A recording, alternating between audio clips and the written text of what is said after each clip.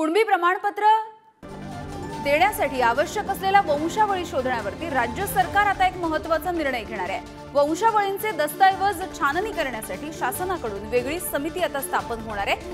तहसीलदार आणि नायब तहसीलदार यांच्या विशेष अधिकारामध्ये या संबंधित दाखल्यांचं स्कॅनिंग केलं जाणार आहे आणि याबद्दल शासन निर्णय हा मुख्यमंत्र्यांकडे सहीसाठी पाठवल्याची माहिती सुद्धा मिळते आहे।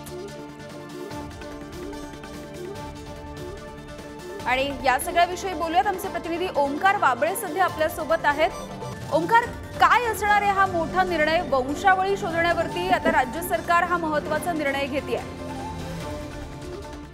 यामिनी कुणबी प्रमाणपत्र मिळण्यासाठी तुमचे दस्तावेज सरकारकडे सबमिट करायचे आहेत, ज्याच्या आधारे जे दस्तावेज ट्रॅक केल्यानंतर आणि त्याची सगळी स्कॅन करून त्या सगळ्याची छाननी केल्यानंतर सरकार कुणबी प्रमाणपत्रासाठी प्रोसेस पुढे नेणार आहे।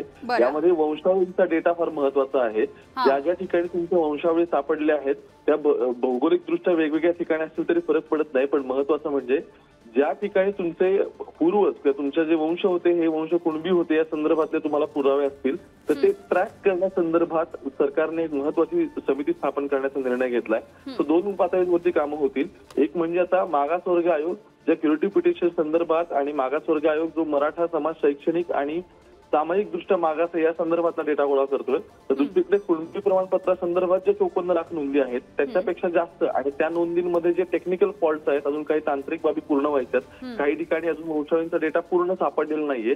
तर अशा गोष्टी ट्रॅक करण्यासाठी स्थानिक तहसीलदार आणि नायब तहसीलदार यांच्या विशेष अधिकारात येणाऱ्या काळात निर्णय घेण्यात येतील आणि महत्त्वाचं म्हणजे या सगळ्यासाठी तालुका पातळीवरतीच या गोष्टी हँडल करून ते जिल्हाधिकाऱ्यांकडे सबमिट करण्यात येतील। बरं, धन्यवाद ओमकार या सगळ्या अपडेटसाठी।